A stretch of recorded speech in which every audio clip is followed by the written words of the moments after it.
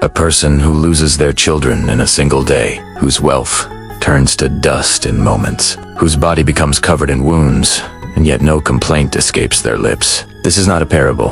This is not a story. This is the real trial of Prophet Ayyub, peace be upon him. Prophet Ayyub was the prophet upon whom Allah's blessings were abundantly bestowed. Vast fields, herds of livestock, robust health, righteous children, and extraordinary respect in society. People would look at him and say, "This person is Allah's special servant." His life had become a symbol of success, and everyone believed that prosperity lasts forever. But Allah recognizes his servant not in blessings, but in trials. Then one day, everything changed. Imagine that scene: clouds in the sky, fierce winds, and suddenly a storm. Fields destroyed, livestock dead, years of hard work reduced to dust. The heart hadn't even recovered when another news arrived: the children. Not one, not two, not three. All of them in a single day.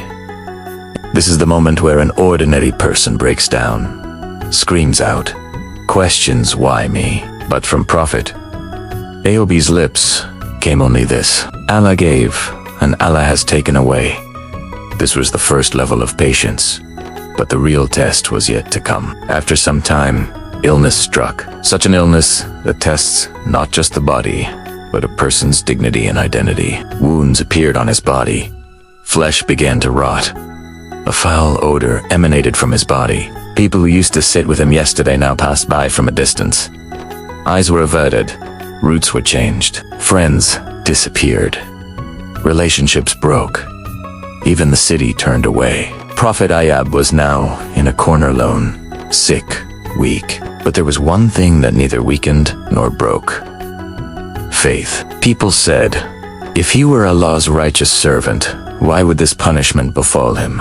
This is the stage where a person breaks not just from pain, but from accusation. But Prophet Ayyub neither defended himself, nor complained, nor opened his mouth. He accepted the trial with silence. Only one person stood by him until the end: his wife. She continued to serve, to be patient, and carried the burden silently in her heart. One day, with tears, she said, "Why don't you pray to Allah to end this suffering?" Prophet Ayyub replied, with utmost calm, "How many years did we spend in comfort? If we're spending some years in trial, does that warrant complaining to Allah?" This was the patience that doesn't let a person remain ordinary, but makes them an example in history.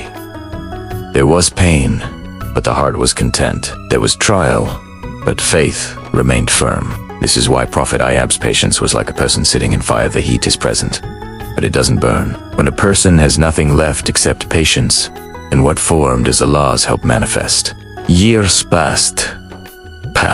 The pain didn't lessen, the loneliness didn't end, and the weight of the trial didn't lighten. Prophet Ayyub's body was weak.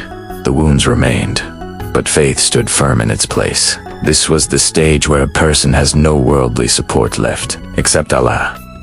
And this is the very place where patience touches its ultimate limit. Prophet Ayyub never rushed, and never said enough is enough now. But one day, when his body permitted, and his heart was complete with certainty, considered this prayer wasn't of complaint, wasn't of demand, but was the height of respect and faith. He said, "O my Lord, adversity has afflicted me, and you are the most merciful of all who show mercy." He didn't ask why, didn't ask when, didn't ask how, just acknowledged that there is hardship, and believed that the Lord is merciful. This was the prayer that opened the gates of heaven. The response from Allah came immediately. No delay, no further trial. The command was given: strike your foot upon the ground. Prophet Ayyub struck his foot upon the ground, and right there a spring gushed forth clear, cool, healing water. This wasn't ordinary water. This was mercy. This was the reward for the patience that had been silently endured for years. Allah said, "Bathe in this water and drink." As soon as Prophet Ayyub bathed, the wounds began to disappear. The marks on his body began to fade. Weakness began to transform into strength. And when he drank that water, the internal pain also ended. His body was healed. His heart became content. and life returned. This was the moment where patience bore fruit, but Allah's mercy didn't stop there. Allah returned to Prophet Ayyub everything that had been taken from him, and then even more.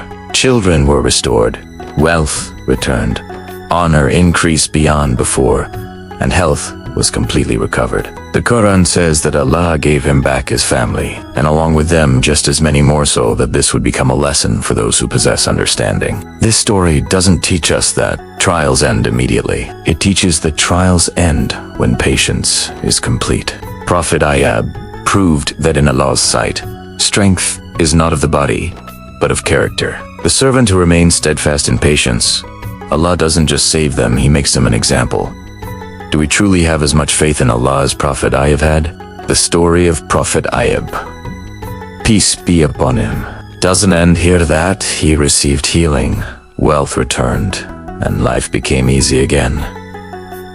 The real story begins from here, because many people receive healing, but healing with patience is granted to very few. Allah gave Prophet Ayyub health, but gave him something more precious: dignity. The same dignity that comes from remaining steadfast in trials. The same dignity that is born not from screaming, but from silence. The same dignity that is built not from complaint, but from faith. In the Quran, Allah stated one sentence about Prophet Ayyub that serves as a standard for all humanity. We found him patient.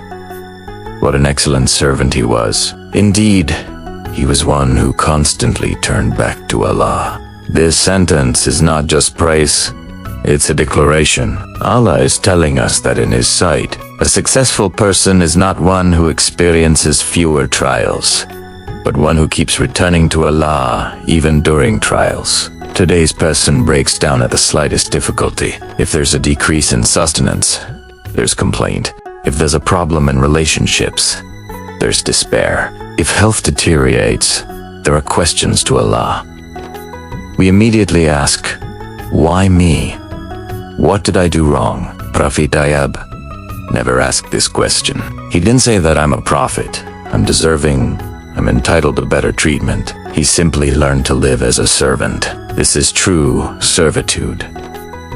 This story doesn't teach us that if you're patient, everything will immediately become fine. It teaches us that if you're patient, you yourself won't break, even if circumstances don't change. And when a servant becomes strong from within, then Allah changes the circumstances. Prophet Ayyub's life also teaches us that trials are not Allah's displeasure. Sometimes trials are a sign that Allah wants to make you an example. He wants to teach others through you what faith is, what patience is, and what certainty means. Today, if someone is watching this video and is in illness, in hardship, in loneliness, or in such difficulty where no solution seems visible, then Prophet Ayyub's story tells them one thing clearly: Allah has not abandoned you.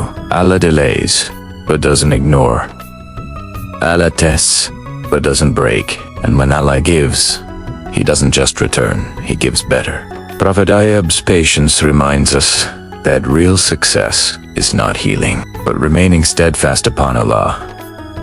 Because healing is of the body, but patience keeps the soul alive. In conclusion, ask yourself one question from your heart and give the answer to this question not to anyone, but only to your Lord. Am I the same servant of Allah in trials as I am in ease?